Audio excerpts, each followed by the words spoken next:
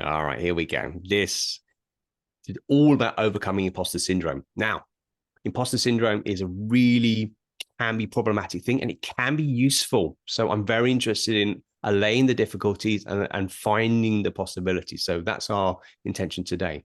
So my name is Sal Jeffries and I am a human performance coach and an educator.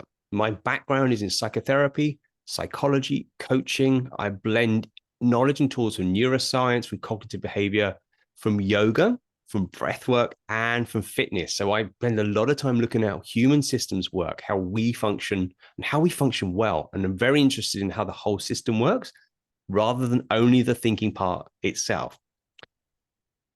This is what we're going to cover, and we're going to go through fairly quickly. So make notes as you go. We can always come back on this. But what is it? Where does it come from? What does it serve? Very important one. How to overcome the limitations, which of course I think you're here for, and the tools you can use. And the tools I'll give the final piece. So make sure we're ready for this one. Okay.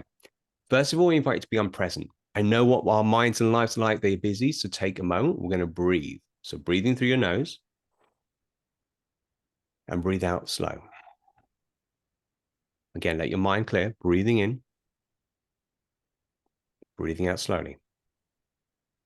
Taking one more breath. Breathing in and a slow out breath. Now the mind is clear. Let's understand. Well, firstly, how do I see this and how does my work help? Well, I work with three spaces: mind, all the thinking, all the architecture, all the beliefs, the story that makes up a human, including myself. I work with the mood side of it, emotions, stress response, fear, anxiety, how we breathe, how we react, all those very human things. And as I said, movement. So that's from the subtle, like how do you respond under pressure? What does your physiology do? And activity and your voice, all the physiological components. So they're the three spaces which I look at when working with these challenges. What is imposter syndrome? As noted here, it's a belief behavior phenomenon, and it's really about self-doubt. When we doubt ourselves, we doubt our intellect, skills, we doubt what we've done is good enough. That's generally what it's found to be. And it's always around pretty much high achieving individuals, curiously. Who? Well, it's all about not being able to internalize success. That it's fundamental. That's the deal. So pervasive feelings, nagging self-doubt, anxiety, could be depression. But all of it's about being worried about being exposed as a fraud, like, oh, I've been found out. And that your ability is not good enough. That's generally what we see. Okay, this is first identified in 1978, which is going back, still as old as me, and I'm very old, according to some people. But imposter syndrome is really this kind of description for a whole host of psychological emotional responses which act in behavior. This has been around a long time. It's become more prevalent now. And I don't know if you've seen this, but I've seen this more after COVID.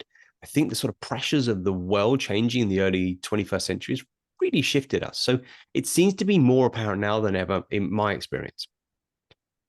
Where does it come from? I get asked this all the time. It comes from a multitude of sources. Now, it really starts early years when we're very young. Parents, caregivers, family, our school, all of those people and places, which as young little children, we look at and we think, oh, well, that's how the world works.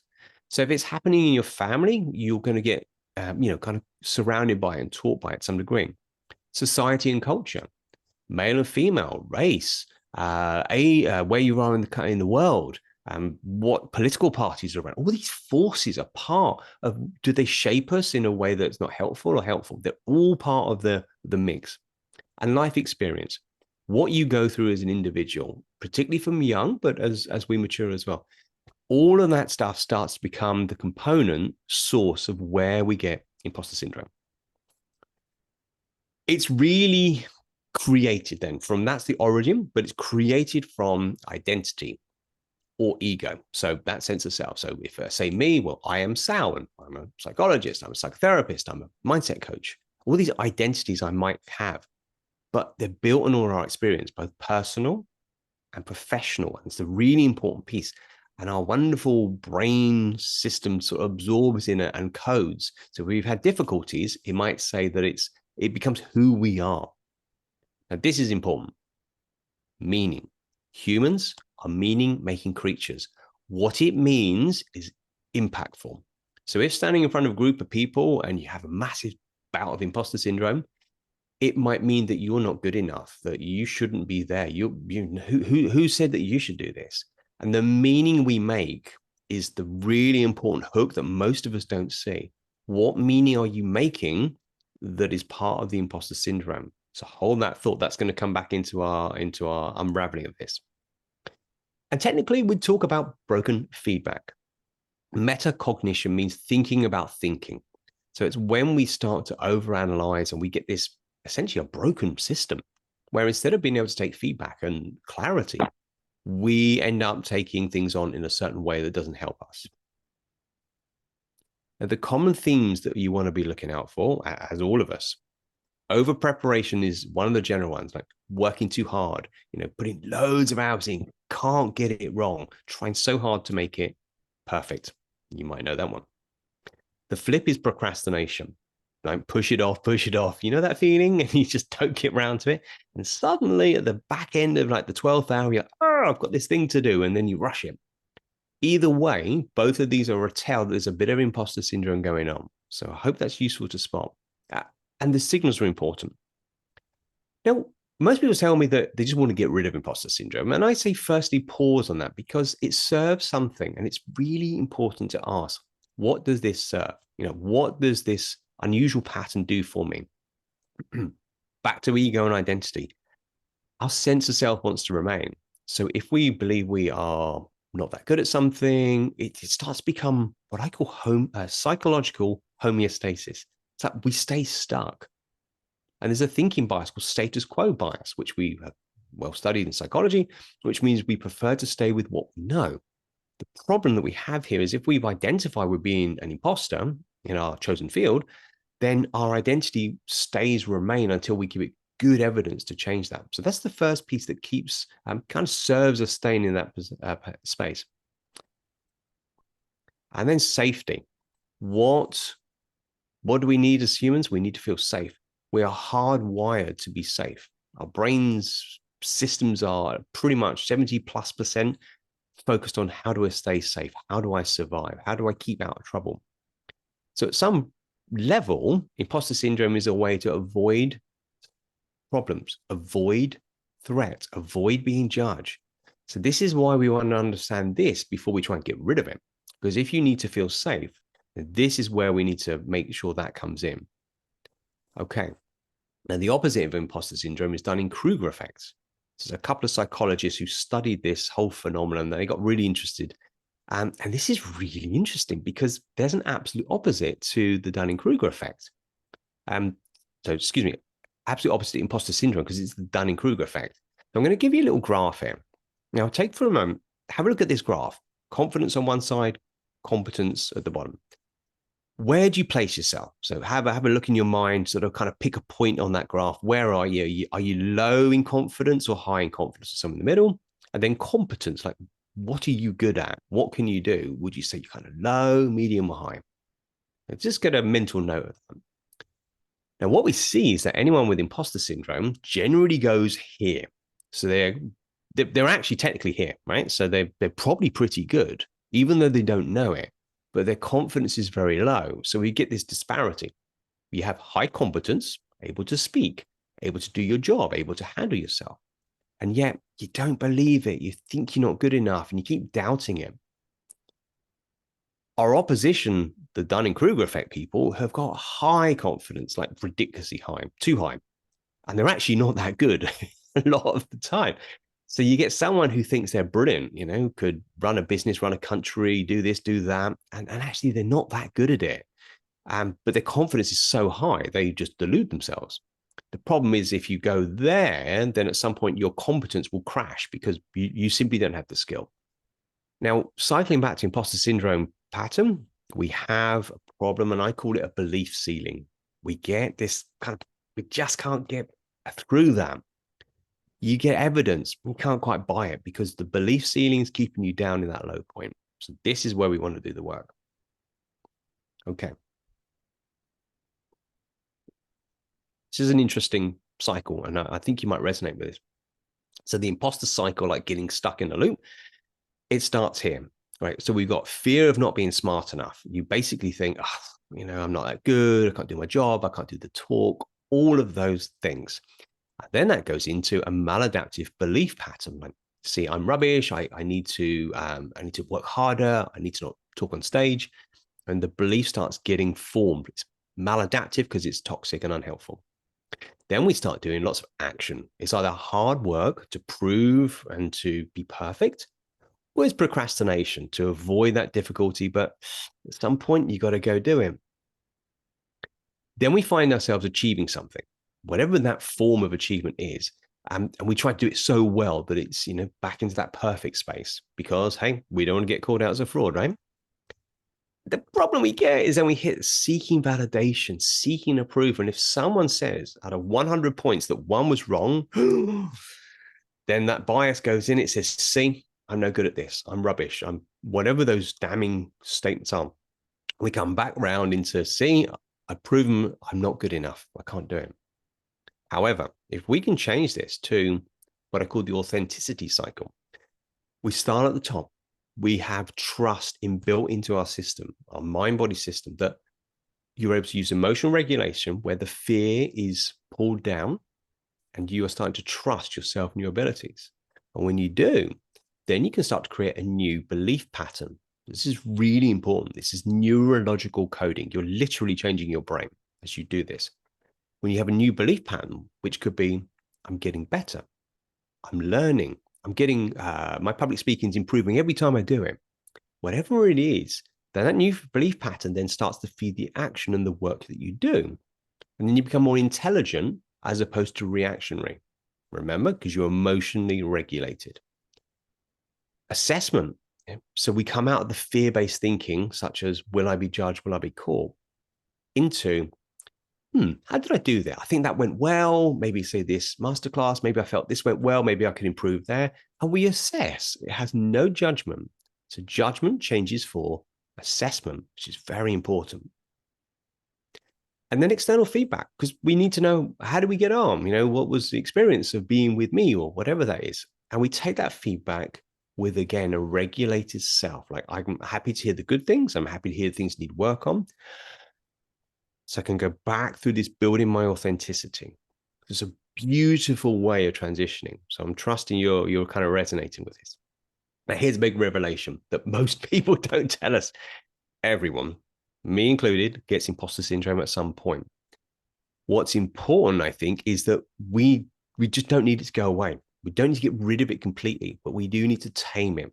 When you feel like it's stopping you, limiting you, holding you back, that's when it's like, okay, this, instead of being a little bit of anticipation, a little bit, I'm playing a bit out of my comfort zone, becomes fear. So taming it is the skill. But remember, if you have it and you have it well, it means you're playing just under your edge of capability. That, my friends, is growth. And that's where we always want to be hanging out. Okay, now I spoke about emotional regulation. Emotions go into action. Self-doubt on its own spirals negatively. I've been there, like, I'm not good enough. I didn't do that right. We do all these kind of statements, don't we? We tell ourselves all this kind of internal drama and narrative. But the problem is that we don't understand that self-doubt is not the end of the process. Self-doubt plus discernment is powerful. So self-doubt means, don't get ahead of yourself. Don't be in that Dunning-Kruger effect. Be objective. But maybe I didn't do a good masterclass, or maybe I didn't do a good presentation. But let's check that. Let's discern here. Did I prepare well? Yeah, I did. Did I do the slides and check them 20 times? Yes, I did. Did I show up on time and give it my best? Yeah, I did. Okay, now I can use this to make even better next time without judgment. So if you find yourself in a place of self-doubt, add in discernment. And discernment means to intelligently look at things calmly. And I've said this calm a few times, haven't I? I'm alluding to the biggest thing that people need to do. We need to be emotionally regulated. If you feel stress, if you feel fear, if you feel anxiety, and you cannot regulate it, that changes the brain, it changes the body, it changes everything in your mind. Emotional regulation is the start point. Most of us don't do this. We need to create safety in the nervous system. It's a fundamental need for all people. So when imposter syndrome comes up, create safety. So right now, I'm going to give you an exact example, and I'd like you to do this with me.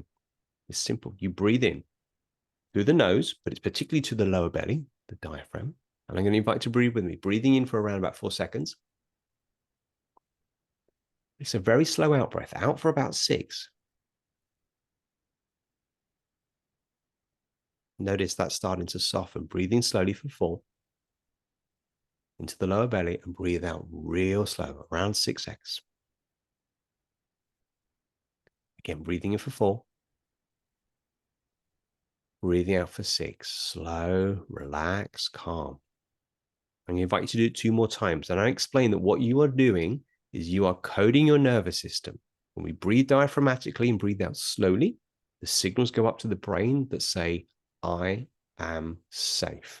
I am okay. And when you feel safe or safe enough, because there may still be a bit of anticipation, that's okay. But I'm safe enough to talk, speak to my boss, do the project, set up the new business. When I'm safe enough, I have choice. And also we know that the brain circuits that come online, one of them is very fear-based, which is reductionist. Confidence and trust is very expansive and creative. So we need to regulate. The 4-6 breath is the easiest tool I've taught anyone. We can give you bundles of science on it, but it basically changes you from a state of I'm not safe to I am safe. So 4 in, 6 out, breathe from nose to lower belly, and you will be starting to regulate. Then we line this up with meaning. And I said this at the beginning. What we make a meaning out of matters. We're meaning-making creatures, us humans. So we need to challenge any negative meaning. And you'll know it because it'll be such as, oh, this means I'm no good. Is that true? And is that true? It's a brilliant question. Every time you say it to yourself, such as a damning comment like, oh, I didn't do good enough. Is that really true? And I almost guarantee in most cases it never is. You might have done really well, could do better. That's okay. So know your abilities. There are 2 ways to do this. 1, write them down, old school, capture it in your phone, capture it on your computer, write it down with a pen and paper. Write down everything you are good at, everything you did good in a session. And it's really important you capture it so you have a reference point. The second is to ask a friend and say, hey, what am I good at?